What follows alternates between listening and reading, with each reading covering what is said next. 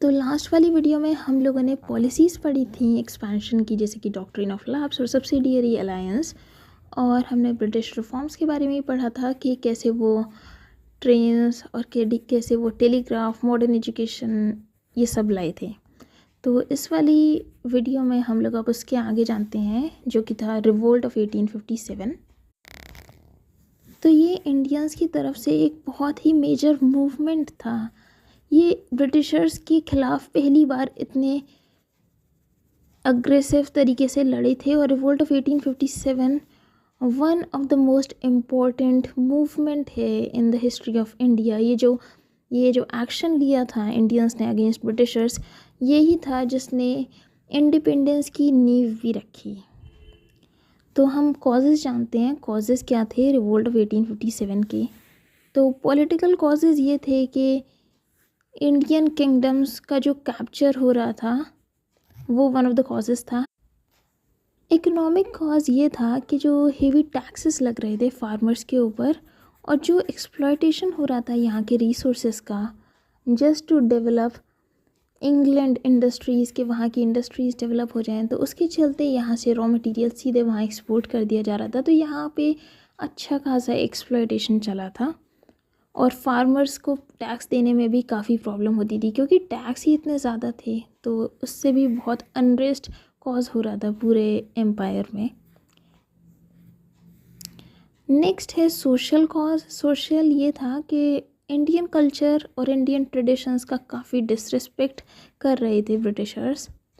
और military cause ये था कि जो इंट्रोडक्शन था इनफील्ड राइफल्स का, जो कार्ट्रिजेस से यूज़ करते थे, और वो जो कार्ट्रिजेस थी एनफील्ड राइफल्स की, जो कार्ट्रिज थी वो ग्रीस होती थी काऊ और पिग फैट की। अब ये जो चीज़ थी, ये रिलीजियस सेंटिमेंट्स को एक बहुत ही लार्ज स्केल पे हर्ट कर रहा था, क्योंकि जो काऊ से ग्रीस्ड होंगी जो कार्ट्रिजेस, उनको बाइट करना पड़ता था, और जो हिंदूज़ थे, हिंदूज़ उनको नहीं बाइट कर सकते थे, और मुस्लिम्स पिग वाले कार्ट्रिजेस को बाइट नहीं कर पाते थे, क्योंकि ये जो रिलीजियस सेंटिमेंट इनका जुड़ा था एनिमल्स से। जैसे जो काउस थी, काउस को तो बहुत इम्पॉर्टेंट और बहुत ही सेक्रेड माना जाता है हिंदू कल्चर में।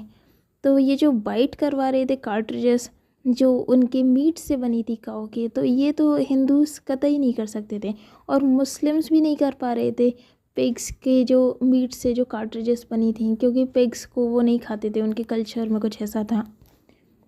तो इसी के चलते जो सेंटिमेंट्स भी बहुत ही लार्ज स्केल पे हर्ट हो रहे थे, इसने भी ये बहुत ही बड़ा कॉज बना टू रिवोल्ट अगेंस्ट ब्रिटिशर्स। इसमें जो इवेंट्स हुए थे 1857 के रिवोल्ट में, वो ये थे कि मेरठ में बिगैन हुआ था ये 1857 का रिवोल्ट, और पूरे नॉर्थ इंडिया तक स्प्रेड हुआ था। इसमें जो मेजर लीडर्स थे वो थे रानी लक्ष्मीबाई झांसी की और तांतिया तोप, नाना साहिब और बहादुर शाह जफ़र जो नवाब थे दिल्ली के। तो ये सब लोग साथ में आ गए और इन्होंने रिवोल्ट किया था 1857। हाँ, रिज़ल्ट इसका ये हुआ कि रिवोल्ट फेल हो गया, क्योंकि इतनी यूनिटी नहीं थी और रिसोर्सेज का भी बहुत ज़्यादा लैक था।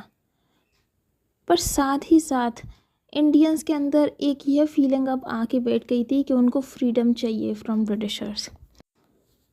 और इसका एक और रिज़ल्ट ये हुआ कि जो ब्रिटिश क्राउन था उसने अपने अंडर डायरेक्ट कंट्रोल ले लिया था ओवर इंडिया, और ईस्ट इंडिया कंपनी का रूल जो था वो एंड कर दिया। तो 1858 से ब्रिटिश क्राउन के अंडर इंडिया डायरेक्टली आ गया, और अब ईस्ट इंडिया कंपनी का कुछ नहीं था। ईस्ट इंडिया कंपनी को बस यूज़ किया गया था for trading and other purposes. तो आज के लिए इतना ही, और अगर आपको इसके आगे की हिस्ट्री जाननी है तो आप नेक्स्ट वीडियो चेकआउट कर सकते हैं। And thanks for watching my video. और अगर आपको पसंद आई तो लाइक कर सकते हैं, चैनल को सब्सक्राइब कर सकते हैं। Thanks for watching.